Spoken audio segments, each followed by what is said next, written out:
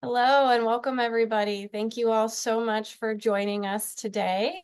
It's really exciting to see folks from all over the country joining us for today's Livable Future Live event. And today we are going to be talking about a new book, Petroleum-238, Big Oil's Dangerous Secret and the Grassroots Fight to Stop It. And we'll be speaking with the author, Justin Nobel, in just a few minutes now. And for those who don't know me, hi, my name is Kate Schwanhauser. I'm the events manager here at Food and Water Watch. Just really glad you're all here. We're going to give folks just another minute to keep logging in. And in the meantime, I just have a couple of housekeeping reminders and some announcements for you all. So first, I know a lot of us are really familiar with Zoom, but just in case, if you need to turn on closed captioning to add subtitles to your screen, just go ahead and click on the Show Captions button in your Zoom toolbar to turn those on. Please also continue to use the chat box as a space to have conversations with fellow attendees and share your thoughts about today's conversation. And keep an eye out there for some resources that we'll be sharing in the chat throughout as well. We are saving some time for Q&A at the end with Justin. So if you have questions for him as you're listening to the conversation, please drop those in the Q&A box and we'll save a few minutes for those at the end. And finally, today's conversation is being recorded and I'll be sharing that with everybody a little bit later this week. So before we get started, just a bit of background for those who might be new to Food and Water Watch. If you are, welcome. We're very glad that you're here. We are a national organization fighting for sustainable food, clean water, and a livable climate for all of us. And one of the main ways that we do this is by mobilizing grassroots power in communities across the country. Together, we are fighting fossil fuel infrastructure projects to protect community health and our climate. And we're fighting to pass policies at the local, state, and federal level that will rein in this industry and prioritize clean, renewable energy. And really the work that we do is thanks to members like all of you here today. It allows us to really stand up to these powerful industries like the oil and gas industry.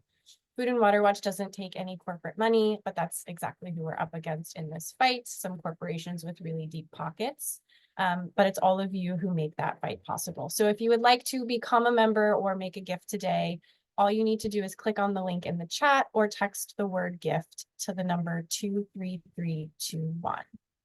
And finally, I also invite you to join us for some of these upcoming events in our Livable Future Live series. We host this once a month, this virtual discussion on different topics that we're working on and bring experts together for conversation. So in July, we are talking about building a sustainable food system. Food and Water Watch is fighting to ban factory farms and break up the corporate consolidation that has really taken hold of our food system. So we'll be speaking with some experts about what the alternative looks like, the thriving system that we want to see in the future, and the policies that we're working to pass that will get us there. In August, we'll be talking about the media and media coverage of food, water, and climate issues and how that's changed over the years, how media can be a really powerful tool for educating and influencing the public and also elected officials. And we'll talk about some trends we've seen and the role that we all can play in changing narratives about the climate crisis. And then the last one here in September, many of you know that 10 years ago, we fought for and won a historic ban on fracking in New York State. Together, we're going to look back on that victory, how it really changed the landscape of what's possible in the movement to end our reliance on fossil fuels, and where we're continuing to fight across the country. So I hope that you'll join us for any or all of these. We'll put the link in the chat where you can RSVP for those. All right, so for today's discussion, we are going to be speaking in a minute with Justin Nobel. And in April, he published his new book called Petroleum-238, Big Oil's Dangerous Secret and the Grassroots Fight to Stop It. And it comes after 7 years of really extensive research drawing on industry documents and countless interviews with oil and gas industry workers, scientists, activists, impacted community members. And it's growing out of a 2020 Rolling Stone magazine story, America's Radioactive Secret, which won an award from the National Association of Science Writers. And his writing and this book has led to a lot of public dialogue, further academic research, and even lawsuits. And I think that everyone here today knows the damage that fossil fuels are doing to our planet, but a lesser told story, and the one that Justin uncovers in this book, is about the highly dangerous radioactive nature of the waste produced by drilling and fracking and how the industry is handling and disposing of it. And as I'm sure you can guess, it's not good, and it's putting workers, communities, and frankly, all of us in harm's way. I'll just say personally, this book really opened my eyes to a whole new side of the fossil fuel industry. So I'm really looking forward to the conversation that we are going to have today. So please, everyone, join me in welcoming Justin Nobel to our virtual chat room here. Hi, Justin. Thanks so much. And I'm also going to introduce one of my colleagues, Mark Schlossberg, who is Food and Water Watch's Managing Director of Public Affairs. He helped launch our national campaign to ban fracking and has worked on our state campaigns in New York, California, and elsewhere. And he's going to be moderating our conversation here today. So welcome as well to Mark. All right, so as I mentioned, we are going to save some time for questions with Justin at the end. So as you're listening, if you think of anything you'd like to ask him, go ahead and drop that in the Q&A box and I'll keep track of those. But for now, I am going to let Mark and Justin take it away. Thanks, Kate. And Justin, it's so great to be in conversation with you about your incredible new book. It was very eye-opening, learned a lot, and I think it's something that everybody should really read and get that information. Before we start, maybe we can just kick things off, and you can give us a quick just overview of what is Petroleum-238 about, what prompted you to write it. Yeah, start there. Yeah, thank you, Mark. Thank you, Kate, and Food and Water Watch, and thank you everyone for joining. It's so I have written for some time about issues of science and the environment. I used to live in Louisiana and covered the oil and gas industry, petrochemical development, so Cancer Alley, offshore oil and gas. And about 7 years ago, I moved to the Northeast, and the big environmental story in this area was fracking. What's the industry refers to as unconventional oil and gas development, what we call fracking of the Marcellus and the Utica, these really natural gas rich formations just to the west of New York City and Pennsylvania, going on into West Virginia and Ohio.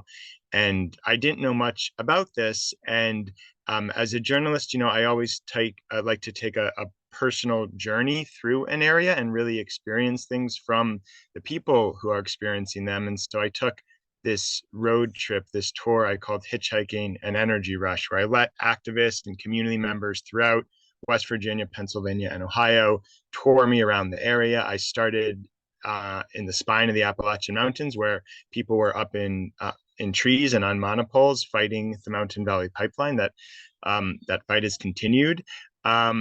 And on the last day of the trip, someone in Ohio, an organizer in Ohio, told me that a company was making a radioactive liquid de-icer out of oilfield waste. So a liquid de-icer that was supposedly safe for pets and the environment, and it was to be applied to your patio, and yet it was made out of radioactive oilfield waste, and it was being sold at Lowe's.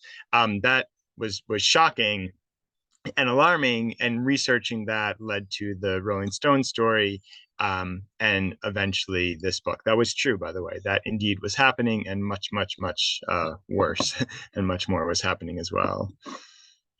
So a big focus, and get into the de-icer, but a big focus of the book that kind of starts with is the waste that's produced during the drilling and fracking process, and the radiation that's in that waste, and the health impacts that has on a variety of places. Can you talk a little bit, for people who maybe aren't familiar, how that happens? What's the process where that waste kind of comes out? What happens to it? And what are some of the impacts of that? Yeah, I think people really need to redefine how they look at an oil and gas well. So we imagine this facility and some sort of pump jack or some device for bringing oil and gas to the surface. And many people think of the fuels, natural gas, which still runs many home stoves, oil, which can run a lot of building and home furnaces, and gasoline, which still runs many cars. People now also think of climate emissions, right? Carbon dioxide or methane. But there's a lot more coming up at an oil and gas well, and there's an incredible amount of waste. And when I say waste, I'm really just referring to natural things, often natural things, coming up from deep within the earth. It just so happens, though, that oil and gas brings up a lot of really concerned contaminants from deep within the earth and concentrates them and further concentrates them through the industry's processes at the surface. And so I will focus for right now on the industry's primary waste stream, which is oil field brine or produced water. This sounds relatively innocent, like these maybe aren't harmful liquids or materials, but oil field brine can have toxic levels of salt, really elevated levels of salt, elevated levels of heavy metals like lead and arsenic, and also elevated levels of radium, which is a radioactive heavy metal. And I just want to give you all an idea of the amounts of how much oil field brine is coming up across the US. So 3 billion gallons a day of oil field brine brought to the surface by the US oil and gas industry across the US. That's 1 trillion gallons a year. If you took those trillion gallons, a year's worth of oil field wastewater, what the industry calls oil field brine, you took that trillion gallons and put it into your standard oil barrel, which is like waist high, and stack those barrels atop one another, you would reach the moon and back almost 28 times. That is an absolutely incredible waste stream. And the industry does not want it. They want oil, they want natural gas liquids, and yet invariably in oil and gas development, oil field brine, this waste is brought to the surface. And they've had to deal with that since before fracking began. This goes back to day one in the oil and gas industry, which is 1859, Titusville, Pennsylvania. That's regarded as the first commercial well. So oil field brine has always come up. What they did in the early days of the industry is just discharged it to unlined pits, to streams, to creeks, to marshes. And this caused massive amounts of contamination. Again, it was often the salts initially that people focused on. And this, I always tell folks, is really biblical. If you salt someone's land, you destroy its ability to produce crops. This is really the worst thing you can do to someone's land. And this is exactly what happens when oil field brine is spilled or discharged across a body of land. There's a group the book focuses on in North Dakota called the Salted Lands Council, and they keep track of hundreds of thousands of acres of farmland in North Dakota that have been contaminated by oil field brine spills and discharge. And again, these are decades old spills. This contamination lasts generations, and this predates fracking. As we zoom forward to the present moment and fracking, the waste streams have just become even more considerable. But the industry faces this really worrisome radioactivity issue, and that is brine can have highly elevated levels of radium. Radium happens to be a radioactive metal we know a good bit about in the US. We have this stunning occupational exposure story of the Radium Girls, often women working in factories in the 1910s and 1920s in the Midwest and Northeast. And radioactivity had really just been invented. It had just been, invented, but developed. And entrepreneurs were trying to invent a lot of products to do interesting things with it, neat tricks. And one of the tricks was you could put radium in this paint, and when you applied radium to the paint, it excited zinc molecules, and it caused zinc to glow. It caused the paint to glow, and you then had a glowing paint that the radium industry used to paint the hands and dials of watches and clocks. And so this was a job done with these tiny little brushes, and women would dip the brush in the paint and then paint the hand or dial, and then dip the brush back in the paint. And if you've done fine painting like this, you know the tip can get really dry, so they would keep the tip of the brush or put the tip of the brush in their mouth just to keep the tip firm, and over time accidentally ingested significant amounts of radium. Many of these women ended up dying of really terrible bone cancers. Radium is what's referred to by the medical industry as a bone seeker. And this all goes back to the wonderful periodic table. So radium is in the same column of the periodic table as calcium. That just means the outside of radium looks a good bit like the outside of calcium. And if you accidentally take radium into your body, some of it will end up in your bones, which is a horrible place for a radioactive element to be. So many of these women accumulated significant amounts of radium in their bones. It took an amazing medical examiner in Newark, New Jersey, to really crack that case open. He found radium in their bones doing autopsies. He found the bones were wildly radioactive, and the radium industry fought back vigorously. And many of the lead scientists of the day refused to believe that radium was killing the radium girls. But Dr. Harrison Martlin showed indisputably that it was. Now, we go forward to the present. EPA is really worried about radium. At least on paper, and they have some rules for radium, and their level for radium in drinking water, their safe drinking water limit for radium is 5 picocuries per liter. You cannot have more than 5 picocuries per liter of radium in drinking water. The limit at which you define a liquid waste stream as radioactive, and this is a really important number, is 60 picocuries per liter. And oilfield brine, this waste stream I'm talking about in the Marcellus Formation, at least, which is here in the Northeast, as determined by the Department of Environmental Protection in Pennsylvania, can average 9,330 picocuries per liter and be as high as 28,500. So we're well above the drinking water limit of 5, and we're also far above the limit of 60, which determines, what is legitimately, quote, radioactive waste. And yet this waste goes into trucks and tanks that have no radioactivity placards or labeling, and there's the harms spread out from there, Mark. But that is, that's a good introduction to really what has been this major but kind of invisible thorn in the side of the industry since day one, oilfield brine. So one of the things that really hit me when I read the book, especially in the beginning, was the stories about workers in the industry trying to deal with this waste and kind of the conditions that they're put in. And maybe you can talk a little bit about that. You're dealing with this highly toxic radioactive material. What is the experience of workers? What are they actually doing? And what's happening to them as they're doing their jobs? Yeah, there's really 2 pathways of reporting I follow in the book, 2 main pathways. One is reading the science. I have a master's degree in earth and environmental science. I love reading scientific papers, and science is this beautiful record across time, and it leads you through a topic. As a journalist, I can speak with scientific authors and really put together the piece from that. And then the other avenue of my investigation is going into communities, spending a lot of time in oil and gas country and in communities. And as I started to learn that brine was really much more concerning and had this radioactive signature than regulators and the industry lets on, just like you're saying, the real alarm then became the workers who are intimately interacting with it. So one really concerning job that develops is a job referred to as downblending. And you imagine a wellhead again, and you can imagine a tank. And many people might assume, oh, those are oil tanks. Some of them may be oil tanks if it is indeed an oil producing well, but at least some of those tanks are also going to contain brine, oilfield brine, this waste stream I'm talking about.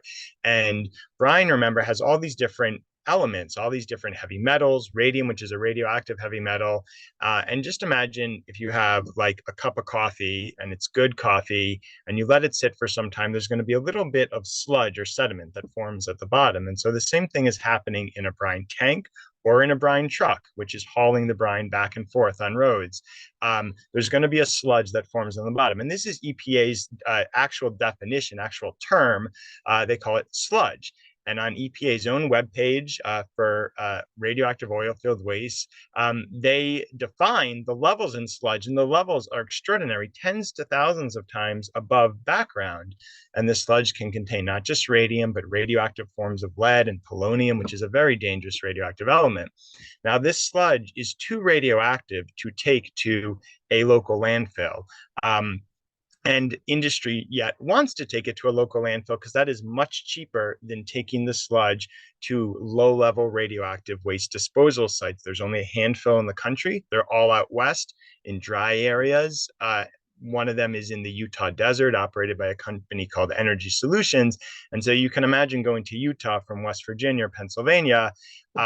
It's a cost prohibitive versus taking something to a local landfill right down the road. So what the industry has developed is this process of downblending.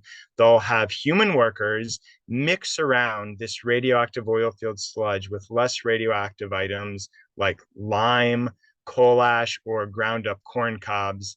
And that sounds like like a terrible recipe. It sounds outrageous, but these are just items that are cheaply and easily available, and they cannot make the radioactivity disappear. What they're trying to do is cloak it in a way and lower the load enough, lower the levels of the load that trucks can then be taken into local landfills.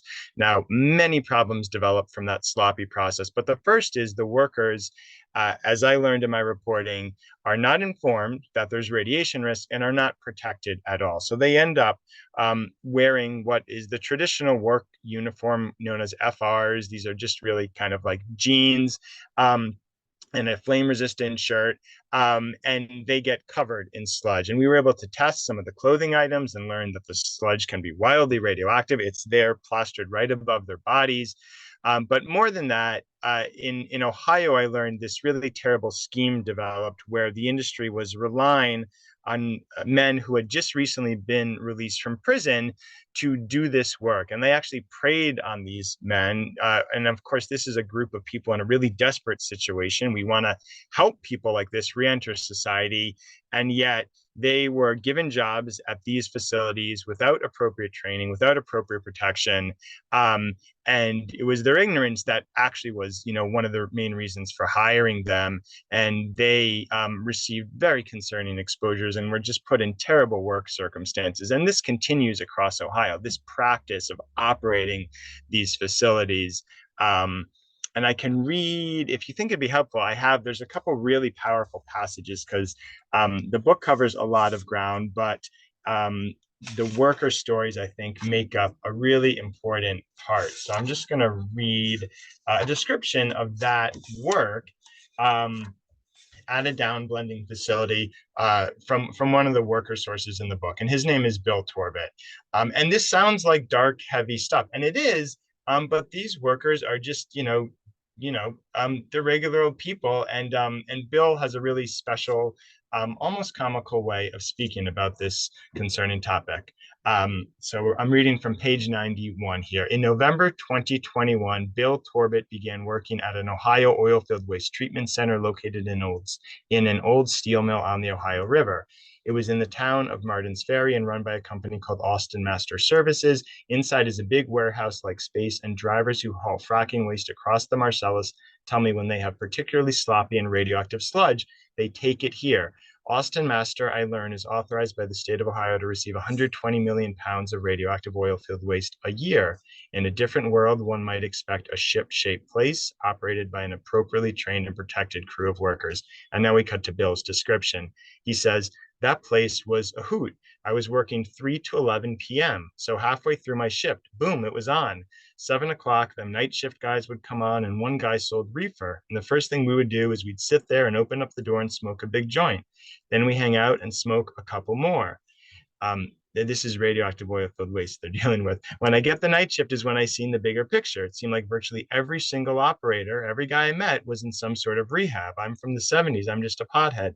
These young kids are all on Suboxone, what they call subs, methadone, Percocet, Oxycontin, any of that opioid-based stuff, almost like they were recruiting addicts. This is the type of guy who has just come out of prison and is not really going to question the radioactivity of some sludge. He's just happy to be making money. And this is better than anything he can get in fast food or retail. The dude like that will be one of the hardest workers, confined space entry, going into tanks, all the shittiest jobs. You hand them a power washer, pay them $15 an hour, and they jump right in. And so I think Bill, and other workers back up that that sort of view of the job. But Bill really gives a sociological reason of how that develops and why the industry actually relies on this sort of worker rather than someone with, say, significant technical experience. And this is without proper protection or any kind of thing like that. Yeah, there's photos of guys, in wife beaters showing off to their girlfriends that they're covered in sludge. I mean, they don't know what's in it, but these are devastating to find photos like this. Yeah. Well, when you talk about this, it's really a pattern of economic exploitation of the workers. And one thing that also came out in the book is the economic exploitation of farmers who are also struggling to survive. Maybe you can talk a little bit about that and the impact on people's land and the kind of choice that some of the farmers are being placed in as well. Yeah, and you bring up a good point, Mark. I think, again, to take a step back, the thing to understand here is well before the industry, and they've known for a long time, of course, about climate change, but even decades before that, they had this problem of waste. All the stuff is coming up with the oil and gas, and it's particularly concerning and nasty stuff.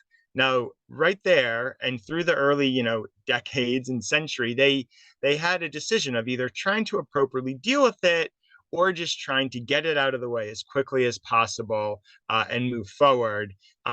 And the second part of that, making sure regulations don't actually enable them to have to deal with it. And they've chosen that option. And so they are faced continuously with a really kind of complex cloaking task. They have to deceive a lot of people into thinking this is not problematic, and they have quite a lot of types of waste to get rid of. And moving away from brine, a different waste stream the industry produces is drilling waste. This is going to be the used drilling muds, which serve a really critical role in the drilling of the well. They contain a variety of different chemicals.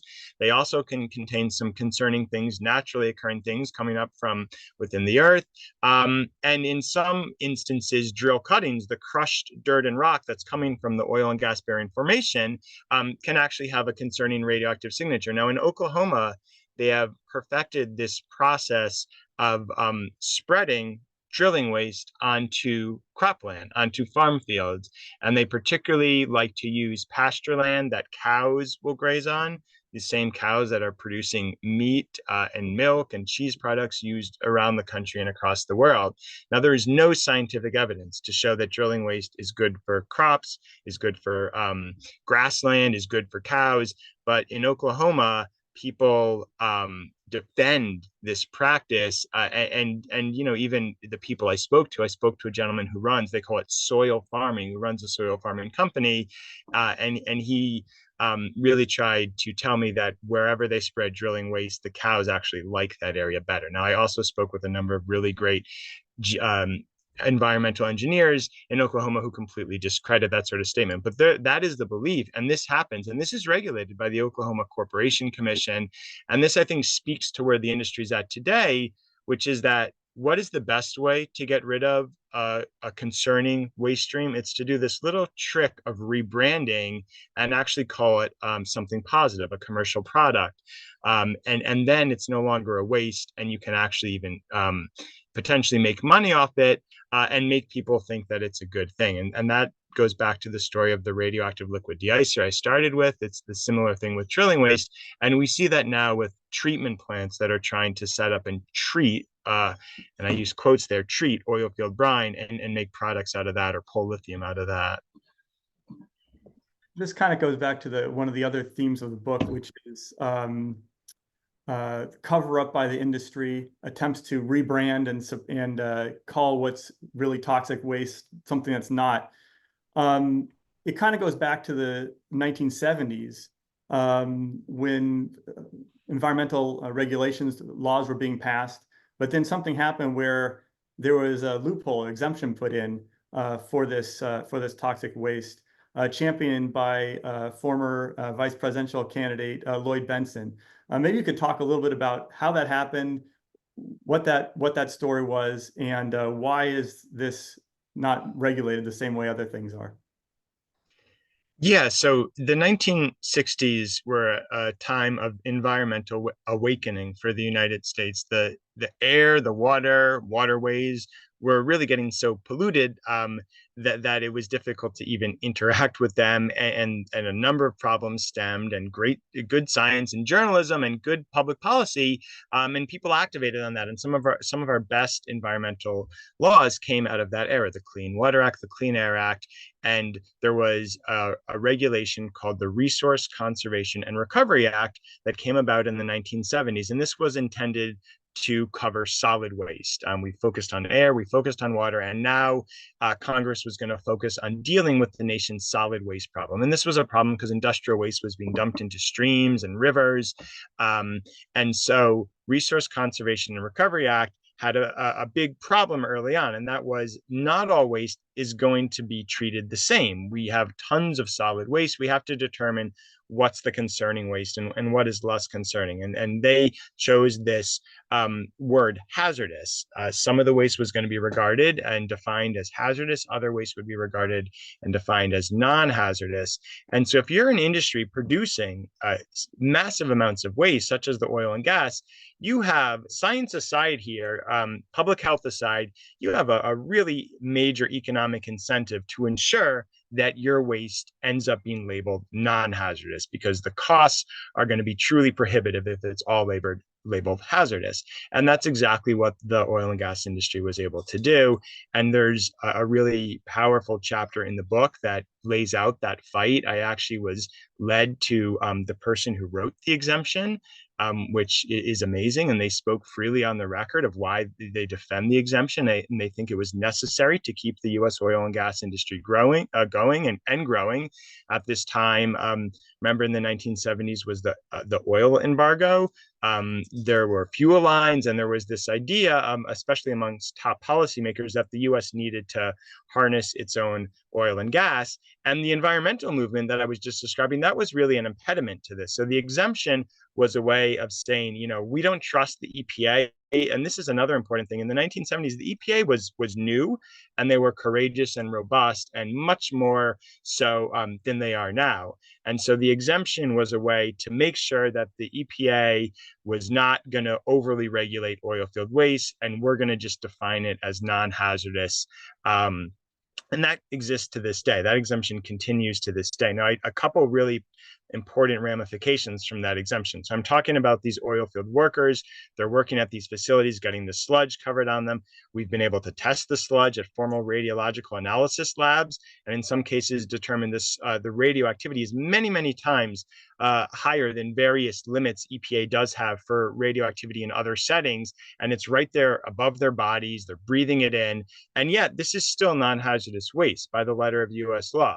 And it can be as radioactive as the Chernobyl core. It would still be non-hazardous. The other ramification, and I learned this in the reporting process, and this is stunning, is that it can be imported from foreign countries into the US. So there's a company in Texas called Lotus, and they did their due diligence. They have a permit to dispose of radioactive oil field waste into what's called a salt cavern, this hollowed out subterranean space. And they started to eye foreign oil fields, and they asked EPA, can we import foreign radioactive oil field waste? And EPA looked at this exemption, and then the response back cited the exemption. And again, the exemption is referred to as the Benson and Bevel Amendments exemption to the Resource Conservation and Recovery Act.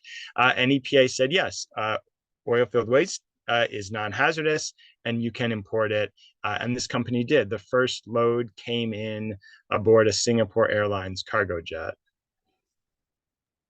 Oh, that's explains a lot about why in your book you keep going to different agencies and say who's in charge of this, and they always pass the buck to someone else. It's like there's no comprehensive regulation, and I think this is like sort of one of the original sins of this issue is this legislative exemption that that really, as you outline, allows this to go on and defines it as non-hazard. In addition to, we've heard about it being spread on cropland. We've heard about it being spread on roads. It's also injected underground in injection wells. And can you talk about the impact of that on water potentially, and also what the industry knew about injection wells going back to the early 70s. We recently been fighting injection wells in Pennsylvania. We had a little victory, a good victory in Fayette County, Pennsylvania recently to put some regulations to restrict them. But this is a big issue nationally. And if you could talk a little about the injection well issue, that'd be great.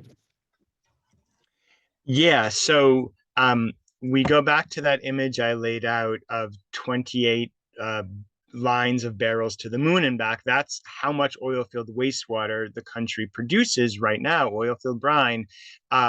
96% of that, it doesn't go into fields and streams anymore, at least for the most part. We moved on to other practices, and the practice that we have focused on is injection wells. So 96% of that oil field wastewater goes to injection wells. And even, saying that word, that sounds like a formal type of thing. Injection wells are formally regulated by the EPA's Underground Injection Control Program, and you can look that up online. They refer to it as the UIC program. There's all sorts of pages talking about it. And I always say you could go to a room full of kindergartners and tell them that we are disposing of millions and millions of gallons of radioactive fracking waste by injecting it at high pressure underground. Does that sound like a good idea? And they would not think so. And I had an amazing opportunity. I've given a lot of talks recently, and at the last one in Chicago, there's a whole bunch of kids there. And so I ran this by them, tried to be as unbiased as possible in how I asked the question. They did not think it was a good idea. So injection wells, I think there's this intuitive doubt that you can do this, that the earth just can contain the waste, that it's not going to leak out anywhere.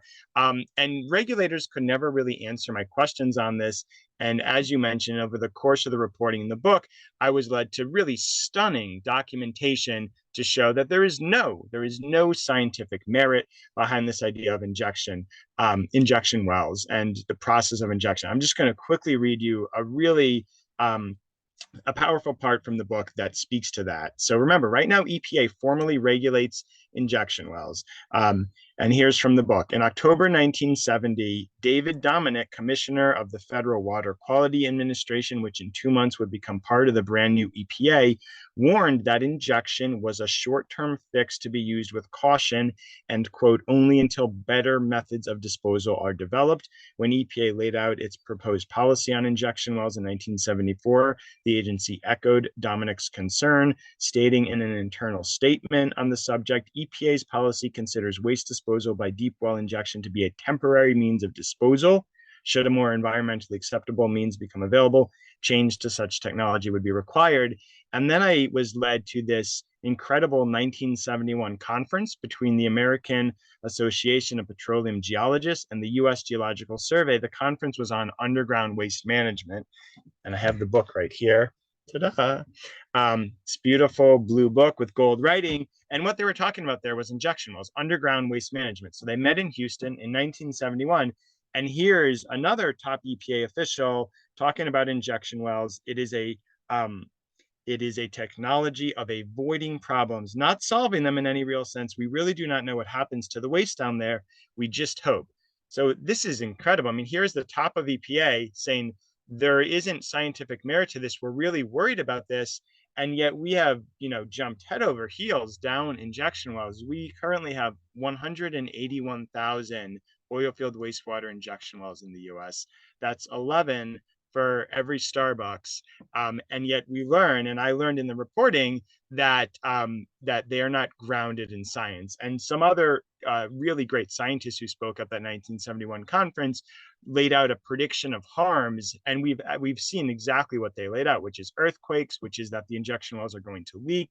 And really, scientifically speaking, they are from day one always leaking. You cannot safely and appropriately and firmly contain this waste stream underwater. And final note here, remember, some of the fracking waste, it's not just these natural contaminants I've been speaking of, but there's also this period called flowback when some of the toxic fracking chemicals surge back to the surface, mixed together with water and sand and the material initially used in the frack job.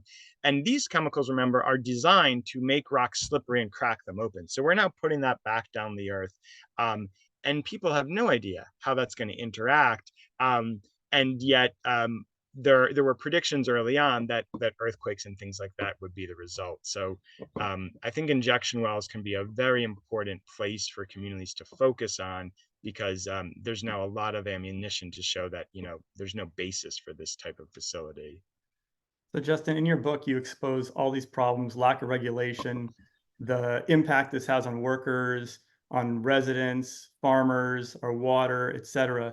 What are some of the solutions that you see? What should be happen? What loopholes should be closed? What are the things that need to happen to address the major issues that you expose in your book?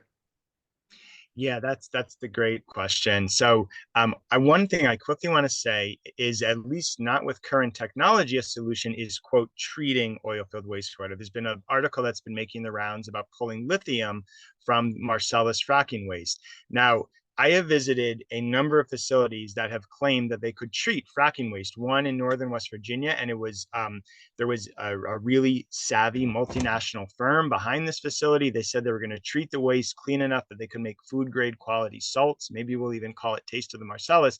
This facility ended up shuttered within 2 years. And I'm now talking to workers. And when I actually am able to get on site at these, quote, treatment facilities, it's been really concerning. At one in northern West Virginia, we just found radioactive oil field waste, this sludge and sediment material just spewed across the site, and it had become a party spot for the local community. So that is a big play now. The industry will claim that they can treat it. I have not seen them, at least in the Northeast, where you have quite a lot of heavy metals and radioactivity in the waste. I've not seen them able to do that successfully. I think what the book provides is a number of tools for accountability, in exactly, what I heard Kate say in introducing this topic and the talk.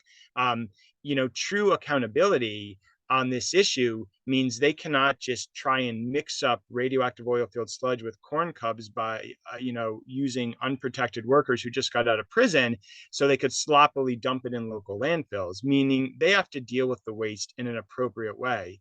And I always say, you don't have to say, ban fracking. All you have to tell the industry and really tell them is do it in a way where you don't contaminate local communities and your own workers. And they cannot do that. I mean, they wouldn't be able to operate the next day, because right now they rely on this really sloppy system and part of that is their own worker contamination and worker exposures. But I think the way forward involves, true accountability and really pointing out some of these costs. I know a lot of people bring up costs of wind, cost of solar, but when you really look at the harms, and I know there's many more than this, of oil and gas, but especially look at this issue, I think it becomes, the industry has a new challenge on their hand in defending their practices. And the final note I'll mention on that front, Mark, is, it's been very hard to hold oil and gas accountable on climate. There's been a lot of high profile cases, but many of them have struggled legally.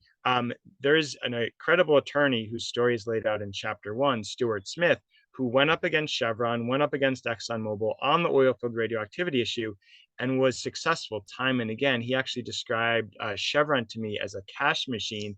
And that's because these radioactive elements, while complicated, they leave very specific trails through the environment and through a human body, and they can be tracked in ways that other contaminants can.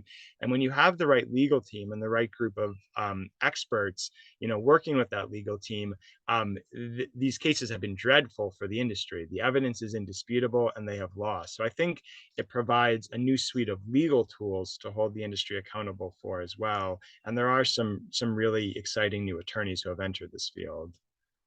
I also just want to thank you for providing all this information together. I think it gives us who are out all over the country fighting against fossil fuel industry and against their project, a whole volume of information that we can use in pressuring decision makers to close some of those loopholes and to shut down some of these facilities that exist. So I want to thank you for putting this together and for being with us. And now I know Kate's going to come back on, and we'll have a little bit of a question and answer.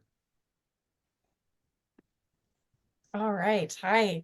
Thank you so much. This has been a fascinating conversation, and we've got lots of great comments in the chat and some questions coming in. So I'm just going to go ahead and dive right in. The first one is from Lynn, and she's asking, Justin, what does the title Petroleum-238, where does that come from? What's the story behind that?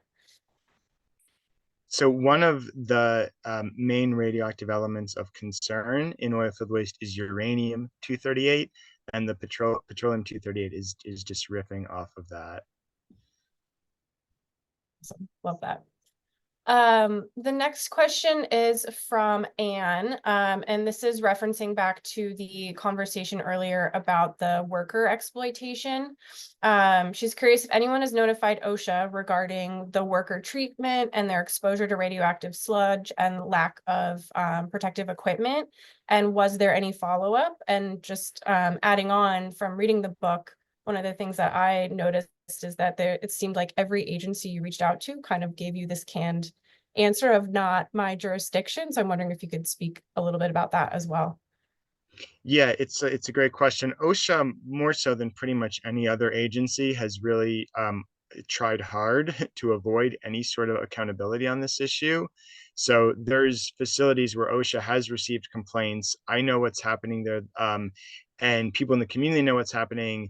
And OSHA has either chosen not to look, or when they visit, write up these absurd reports where maybe they cite the company for like a ladder, not being set up in the right way, and yet there's piles of radioactive sludge everywhere and like a roof leaking waste across the place. So they've really closed their eyes hard. You can write letters to OSHA, and that has been helpful. OSHA takes most seriously a letter from the worker themselves, and that is, of course, setting up a problematic situation, because I've even had workers, who left jobs because they're worried about harms and tried to write letters to OSHA, but OSHA requires someone still in the job. Well, of course, if you write a public letter to OSHA, your job is at risk. And many of these people don't even want to take the time to do that if they're still working. So it's been problematic, but I think flooding OSHA with letters is still effective, because I have seen them kind of squirm under that type of pressure. Great, thank you. This next question, you mentioned cattle grazing on drilling waste and the harms that can do to the cattle themselves. Has your research identified if this is contributing to deaths among these herds, and how is that making its way up the food chain? Are there concerns for human health? Yeah, another really great question. There's a section of the book that focuses on animal illnesses. When you spend a lot of time in oil and gas country, and especially with farmers, there's many stories of animal contamination, and there's a great paper that looked at this about 10 years ago, by a veterinarian and a toxicologist, and they describe why it would make sense that animals have more exposures. And we're not even necessarily talking about the cows eating off the grass grown by drilling waste, but animals in a vicinity of contaminating infrastructure. They're lower to the ground. Many of these emissions are heavy, so they stay lower to the ground. They're outside all day, whereas we're not, so they're constantly breathing, and then they're drinking from the environment in a way that we're not. And also often have quicker reproductive cycles. And so there's legitimate reason to be concerned about these stories of animal illnesses, and they're common in the area.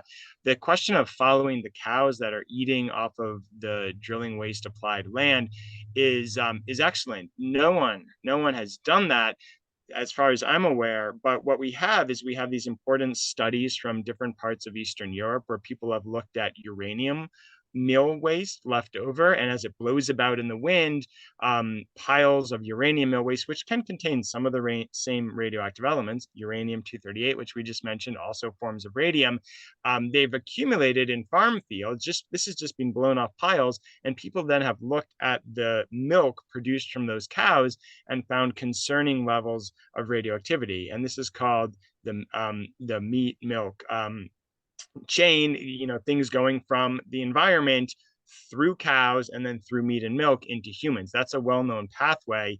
And what's really absurd is that these studies look at an instance where waste has, not intentionally been blown into farmers' fields from industrial sites. And what they're doing in Oklahoma is intentionally applying it to farmers' fields. But there has not been an appropriate analysis of that, and that would be, an important thing to work towards. So yeah, other pathways. One other thing, because it's important to mention, in Pennsylvania, there's some great researchers looking at this. And one thing they've done in terms of environmental contamination, they've tested freshwater mussels. If you have a stream or creek and there's an oil field waste treatment facility and it puts out a discharge and you're worried about what's coming out from that discharge, you can test certain species that are living downstream and then look at the ones upstream. And they've done that with freshwater mussels. Mussels and oysters take things into their shells directly from the environment. And it turns out that they take oil field waste contaminants, including the radioactive elements, into their shells as well. And so they've actually spotted radioactive oil field waste in mussels and streams in Pennsylvania. So it is entering the food chain. Thank you for sharing that. This next question is coming in the chat from Bill. So the current New York fracking ban does not apply to fracking for gas and oil by injecting CO2 gas. A new CO2 fracking ban has been making its way through the New York legislature and is waiting for Governor Kathy Hochul to sign it. Does CO2 injection create the same kind of toxic release problems that you've been discussing today? Yeah, so what the people who are pushing that technique are pushing is that you won't need the full suite of toxic fracking chemicals because we're going to rely on CO2 being used in an innovative way to crack open the shale. But you cannot avoid pulling up drilling waste, which happens when you drill the well. You cannot avoid pulling up the oil field brine. It's going to have the radium, it's going to have the heavy metals, it's going to sit in tanks, you're going to form radioactive oil field sludge. So all the reasons why New York really activated to ban fracking, which is, behind your name of Food and Water Watch, you risk, you're putting in jeopardy the water and the food systems that would still be there. And it does not solve the oil field waste issue. And I think one other, this actually, it's a smart name that you all have chosen. And I saw there's a good comment about, if Trump gets elected, like none of this matters because the Supreme Court, one thing that all people do, even Trump, is eat food and drink water, right? And when those systems are at risk, I think it might not raise everyone's eyebrows, but you can make certain inroads. And the other thing is this book really flips the narrative. The industry has really aggressively defended their workers and used their workers as a buffer against environmentalists. For one, many of the people I visit with who live in places like rural West Virginia, these people are certainly environmentalists too. They can name like every single species of tree and salamander in their backyard. They may work for the oil and gas industry, but they care about the world. They may have kids. And there's some great, speeches on that by the workers. And they don't like to be wrong. So they've been told that treating brine, doing this job, they're actually helping green the industry. And they were proud of that job. They were proud of helping oil and gas become greener and better, and they have been deceived. And when they realize that and start to look around at coworkers who are getting sick, and many instances of workers dying of unexplainable cancers or strange rashes and burning and swelling protrusions that move throughout their bodies. And this may be connected more to fracking chemicals in some instances and not radioactivity. But when workers start to see that, they are really upset. And so I think the book really helps flip this narrative that the industry has relied on, which is to say that, we're trying to destroy jobs if we're coming at this industry from an environmental critique. Well, no, the thing that they've harmed most significantly is their own workforce.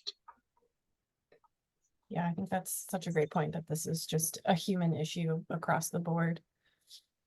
All right, let's take maybe one or two more. Let's see. We've got a question about, are there any movements to push the EPA to pay more attention to this issue?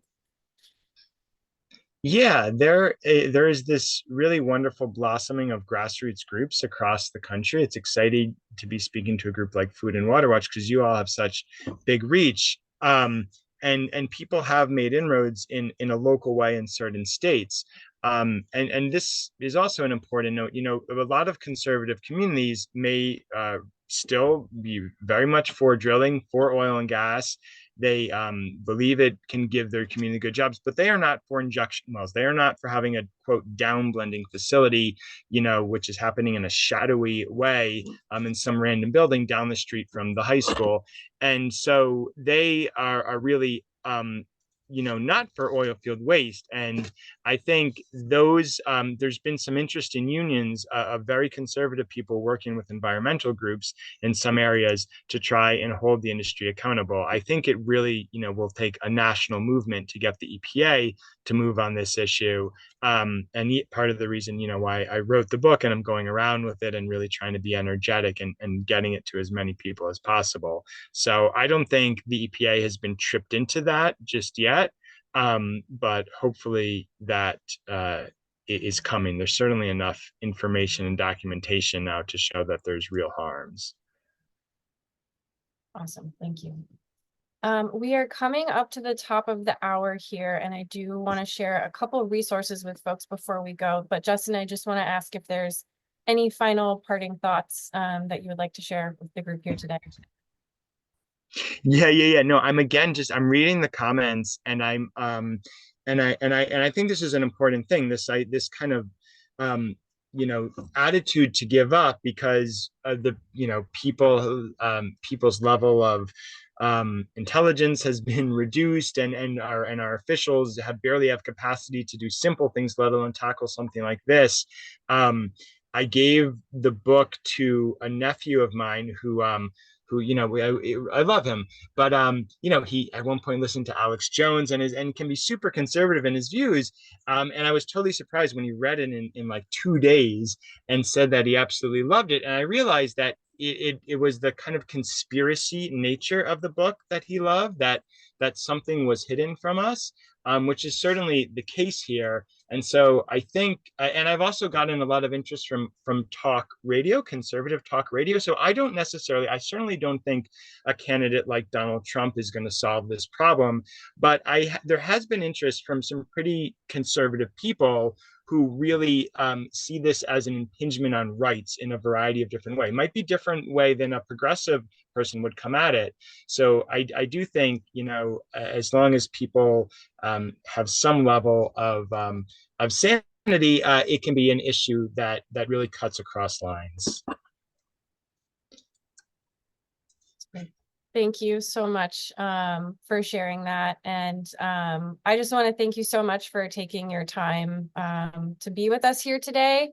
I also really loved reading your book. I think one of the things that's so powerful about it is the stories that you share from your interviews with workers and community members. And some of them are really hard and painful to read, but there are also, on the flip side, some just really incredible stories about just heroes who are just really looking out for their neighbors and speaking up and dedicating their lives to trying to do something about this. And I just want to thank you for dedicating yourself to telling those stories and for sharing this research with us. So thank you so much for that. Yeah. And no, I appreciate that. And I would say that, a lot of the book almost reads like fiction. It is, they're human tales and kind of so far removed from reality, or at least many people's reality. So it's not just like this dense book of science. There's some really powerful human stories, as you say. So yeah, I do encourage all types of people to check it out. Petroleum-238, Big Oil's Dangerous Secret and the Grassroots Fight to Stop It. And thank you all for organizing. Of course. And we'll drop the link in the chat one more time where you can get your copy of Petroleum-238 so that you can start reading and dig into more of this great information that Justin has shared today. So I do want to share just a couple of additional resources for additional learning and ways to engage with anybody. We might go a couple minutes over, so I thank you all in advance for bearing with me on that. But I'm just going to pop up my screen here. I just wanted to share a quick overview of a couple of campaigns that Food and Water Watch is working on at the moment in our continued work to end our reliance on fossil fuels. So just a couple up here on the screen: Pennsylvania, as Justin has talked about, You know, this area is really in the heart of the fracking industry, given its location on top of the Marcellus and Utica Shale oil and gas reserves. And many of our staff and community members who share the same lived experiences of some of the folks that Justin profiles in his book are fighting municipality by municipality to stop fracking in their towns. And since 2018, they've passed 35 municipal ordinances and have banned fracking altogether in Allegheny County parks, protecting over 500,000 residents from fracking. So some really great work being done in that region. In New York, we successfully passed the All Electric Buildings Act, which mandates no gas hookups in all new construction statewide. And last year, Holtec actually announced a plan to dump radioactive waste directly into the Hudson River, which was absolutely absurd. But with an immediate outpouring of support and activism, we shut that down. I know many of the folks on this call today were involved in that, so thank you. And California is on the brink of finally once and for all passing a statewide fracking ban, which is very exciting. And that is thanks to years of tireless public pressure on the governor and state agencies. So these are just a few examples of work that we're doing across the country to fight fossil fuel infrastructure. We'll put some links in the chat where you can read more about each of these. And there are a ton of ways that you can get involved in these and other fights. You know, we win these fights because of people power. So, you know, no matter where you are, we have a way that you can volunteer with us. You can join one of our regional teams that we've got in states across the country, or one of our national issue area teams that work on specific issues from food, water, climate, and plastic pollution. And we've also got a national team that has ongoing opportunities for you to get involved on multiple issues, no matter where you live. So I encourage you to check those out and get involved as your time and capacity allow. And finally, I'll just reiterate that, you know, these fights take resources. The fossil fuel industry has deep pockets, but we don't let that stop us. We're committed to seeing these fights through, and every dollar that you're able to chip in truly goes a long way in our efforts to mobilize activists, educate the public and elected officials in power, and do so much more of our work. There is a long road ahead of us, but day by day, we are making a difference. So I want to thank all of you for being here and being a part of this work. We'll put the link in the chat one more time as well, where you can sign up to join us over the next couple of months for our other upcoming Livable Future live events. And then finally, as I mentioned, we did record today's conversation, so I'll be emailing that out to all of you tomorrow. And that will include a roundup of some of the resources that have been shared today. And we'll also reshare the link where you can get a copy of Justin's book, Petroleum-238. I really encourage everybody to check that out. In the next hour, you'll probably get an email or text notification asking you to share some feedback about today's event. Please leave a comment for us. We love hearing your thoughts on these monthly events.